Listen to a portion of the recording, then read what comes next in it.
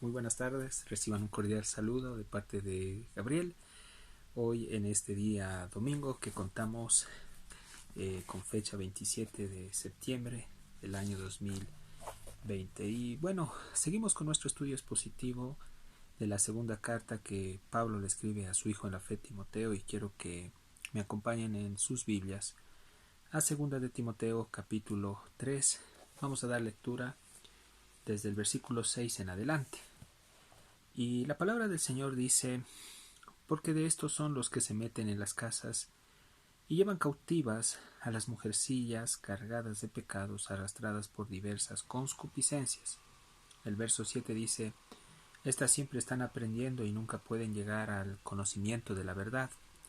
Y de la manera que Janes y Jambres resistieron a Moisés, así también estos resisten a la verdad, hombres corruptos de entendimiento, reprobos en cuanto a la fe.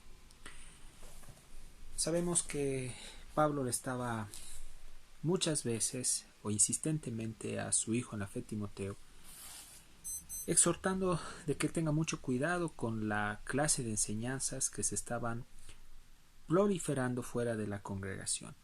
Habían personas que querían torcer el camino de la verdad, y pues Pablo, con mucha experiencia, él estaba advirtiendo también a su hijo en la fe que tenga mucho cuidado de esta clase de falsas enseñanzas, y también de quienes las estaban transmitiendo. Aquí vemos que el apóstol Pablo habla acerca de la conducta débil que muchas personas que se dicen ser cristianas pues la manifiestan.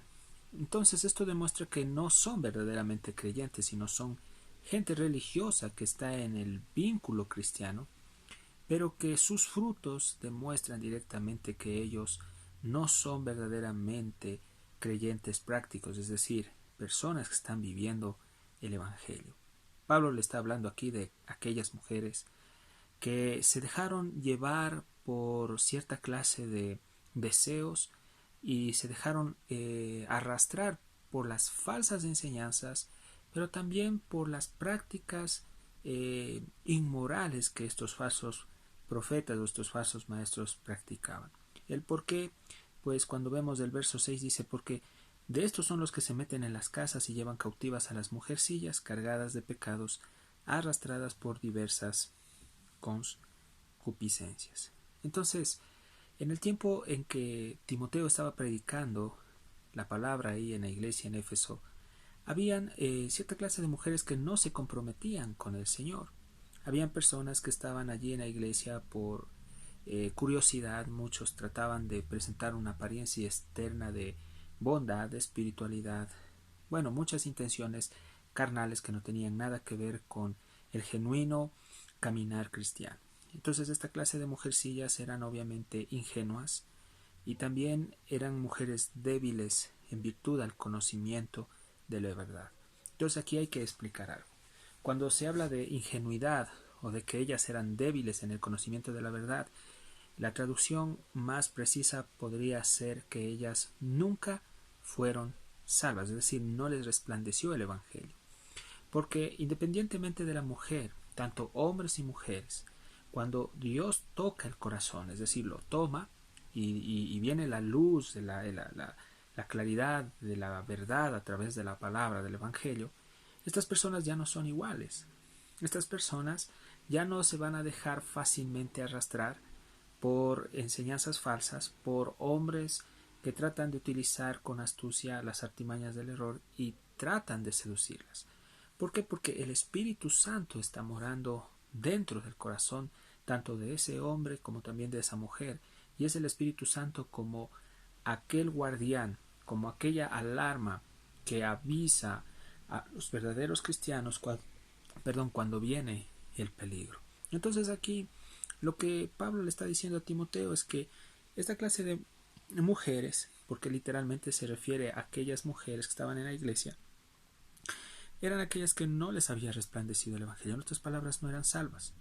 Entonces, habían mujeres que estaban obviamente agobiadas por esa culpa emocional, por sus propios pecados, que iban a la iglesia, pero no se arrepentían verdaderamente.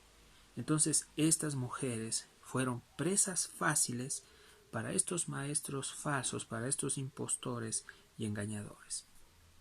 Entonces, nosotros podemos ampliar este estudio, incluso si ustedes pueden en casa leer 1 de Timoteo capítulo 2, verso 13, el verso 14, ustedes allí se van a dar cuenta que quien incurrió directamente en engaño fue obviamente Eva en Génesis. Y esto no quiere decir que Dios es machista o que Dios hace de menos a la mujer.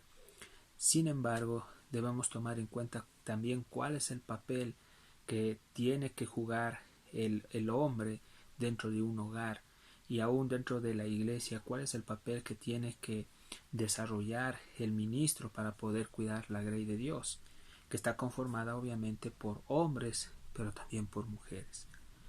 Más adelante, Pablo le está diciendo que estas mujeres estaban cargadas de pecados, arrastradas por diversas concupiscencias. Entonces, si Pablo está diciendo que ellas estaban cargadas de pecados, quiere decir que ellas nunca habían confesado su pecado de manera genuina delante de Dios. Es decir, ellas tenían una confesión solamente intelectual, de haber profesado la fe de una manera externa, de haber dicho que ellas aman a Dios. Eso no garantizaba directamente que ellas eran verdaderamente gente salva, ¿no? Sino que nosotros sabemos claramente que por los frutos nosotros conocemos quiénes son de Dios y quienes también no lo son. Más adelante, el complemento de esta enseñanza en el verso 7 dice, Pablo dice, estas están siempre aprendiendo y nunca pueden llegar al conocimiento de la verdad. Pablo aquí llega ya a dar la respuesta de la conducta, del carácter real de esta clase de mujeres. Cuando dice, están siempre aprendiendo, pero no pueden llegar al conocimiento de la verdad, es porque no han sido tomadas por Dios. En otras palabras, no ha sido su corazón regenerado, transformado. Ese corazón sigue aún siendo de piedra, inclinado al pecado, inclinado al mundo, mas no un corazón transformado, convertido, que trata de buscar a Dios, que trata de anhelar las cosas espirituales. Entonces, su mente estaba llena del conocimiento intelectual, pero no su corazón no estaba lleno del conocimiento vivencial y experiencial. Son dos cosas muy distintas, ¿no? Una cosa es tener un conocimiento intelectual de las cosas espirituales, que incluso los falsos maestros lo pueden tener, que incluso hasta, podría decirles, hasta el mismo Satanás sabe la Biblia, el diablo se la sabe toda la Biblia. Ustedes pueden decirme, ¿pero por qué? A ver, explíqueme, Gabriel. Cuando ustedes van a Mateo capítulo 4, allí en la tentación, cuando Jesús fue tentado, ustedes saben que Satanás citó las escrituras, pero el diablo usa la Biblia para sus propósitos, para sus fines torcidos y perversos. En cambio, nosotros sabemos que Dios nos da o nos transmite la enseñanza bíblica es para confrontar nuestro pecado, para renunciarlo y para vivir conforme al parámetro que está aquí establecido en las Escrituras. Alguien me dijo alguna vez, pero esto es imposible, es difícil que un hombre pueda obedecer la palabra. Yo le dije, claro, es imposible para aquellos que obviamente no son salvos. Es imposible para aquellas personas que nunca fueron tomadas por el Señor, pero sí es posible para aquellos que tienen el Espíritu Santo, porque ¿quién les capacita? ¿Quién los perfecciona? ¿Quién les da la enseñanza o les guía a que puedan obedecer las Escrituras? Es el Espíritu Santo, que es Dios mismo. Entienda, querido hermano, que estas mujeres no fueron capacitadas ni fueron instruidas por el Espíritu Santo, ¿sí? Entonces, por eso es que ellas salieron de la congregación. Es probable que muchas de ellas se dejaran llevar por estas corrientes y se volvieran a estos grupos paganos y falsos, y eso no me extraña hoy en día. Han pasado ya más de 2000 años.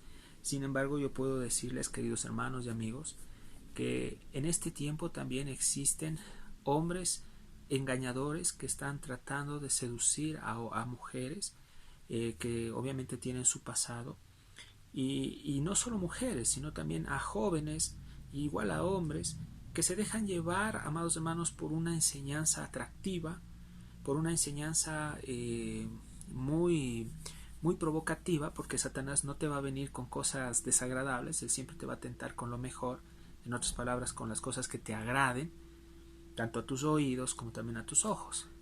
Pero es allí, como explicábamos en el mensaje anterior, que debemos pedir a Dios que nos conceda sabiduría. Y la sabiduría nosotros la podemos obtener cuando lo buscamos a Dios de veras, de corazón, cuando nos adentramos al estudio de la palabra, y vamos a poder utilizar esta sabiduría de Dios para tomar decisiones sabias y así no desobedecer y no lastimar tampoco el corazón de Dios y tampoco y evitar más bien hacernos nosotros mismos un daño grande. Recuerde usted que la paga del pecado es muerte. Es muerte, es en sí es una separación. El cristiano puede ofender a Dios y obviamente puede romperse esa comunión con el Señor y podemos dejarnos llevar sin darnos cuenta por las cosas del mundo y vendrán las consecuencias. Nos enfriaremos y bueno, ustedes saben después lo que viene para un creyente es la disciplina y yo quisiera evitar a toda costa este proceso doloroso y por eso estamos aún a tiempo para podernos reconciliar hoy en esta tarde con el Señor si realmente hemos estado viviendo una vida separados de Él. Yo personalmente quiero confesarles que sí, a veces en algún punto me he abierto o parece como que sí me he separado de las cosas espirituales, pero ahí está Dios, ahí está su misericordia, ahí está su gracia y están también los instrumentos que Dios usa para recordarme de dónde yo salí y que tengo que regresar obviamente a los pies del Maestro. Quería avanzar un poco más. Entonces esto quiere decir, como dice Pablo a Timoteo, que ellas estaban simplemente adquiriendo un conocimiento mental, pero la palabra de Dios no bajaba a su corazón, no se encarnaba en ellas, no podían vivir la palabra porque estaban incapacitadas, imposibilitadas directamente en creer, ya que no tenían a Dios en su corazón. Entonces, tomemos en cuenta que esto es una realidad, porque más adelante Pablo le da ejemplos a su hijo en la fe Timoteo de hombres que se desviaron en la fe, hombres que quisieron pervertir la ley de Dios y aún en el tiempo de Moisés habían dos personajes que eran Janes y Jambres. Y bueno, y cuando Pablo menciona a estos dos hombres, nosotros sabemos que estos eran unos magos egipcios que se opusieron obviamente a Moisés, al ministerio que Dios le entregó a Moisés y a las ordenanzas de Dios. Y hoy en día también hay de esta clase de hombres que se oponen obviamente a la palabra de Dios, se oponen a la iglesia, los mismos gobernantes hoy en día, las leyes atroces que están creando para tratar de evitar a toda costa que las congregaciones se reúnan, que se expanda el evangelio.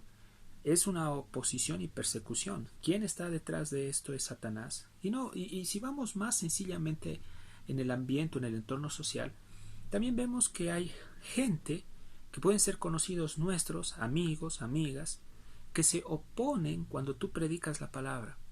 Es como que les fastidia, es como que se sienten con odio, con iras. ¿Por qué? Porque ellos tienen el espíritu del anticristo. Y recuerde usted que el espíritu del anticristo es el mismo espíritu del diablo que está en los hijos de Satanás, que detestan escuchar la verdad. Pero nosotros no somos de los que retrocedemos, sino de los que debemos avanzar. No somos de los que debemos avergonzarnos del evangelio, sino debemos predicarlo con poder y con autoridad, queridos hermanos. Entonces, estos hombres obviamente resistieron a Moisés, que fue un hombre, un profeta. Hablamos del antiguo pacto que Dios lo utilizó para poder escribir incluso el Pentateuco, los primeros 5 libros de la Biblia, y vemos ese ministerio increíble que Moisés tuvo. Es probable que estos hombres, queridos hermanos, Janes y Jambres, hayan muerto, ¿sí?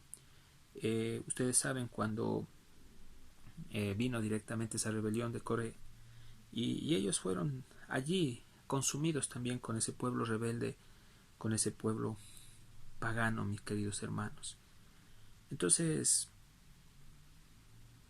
puedo decirles con gran gozo que es bueno que Dios nos haga entender esto para que podamos volvernos a Él de todo nuestro corazón.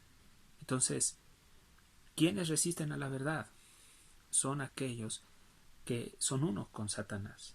Y resistir a la verdad, estoy hablando de resistir a la máxima y a la única verdad, que es las Escrituras. Quien resiste, es decir, quien se opone a la verdad, se está oponiendo a Dios. Quien resiste a lo que usted predica, cuando hablamos de las Escrituras, resisten a Dios. Entonces la pelea no es contra nosotros, la pelea es contra Dios mismo.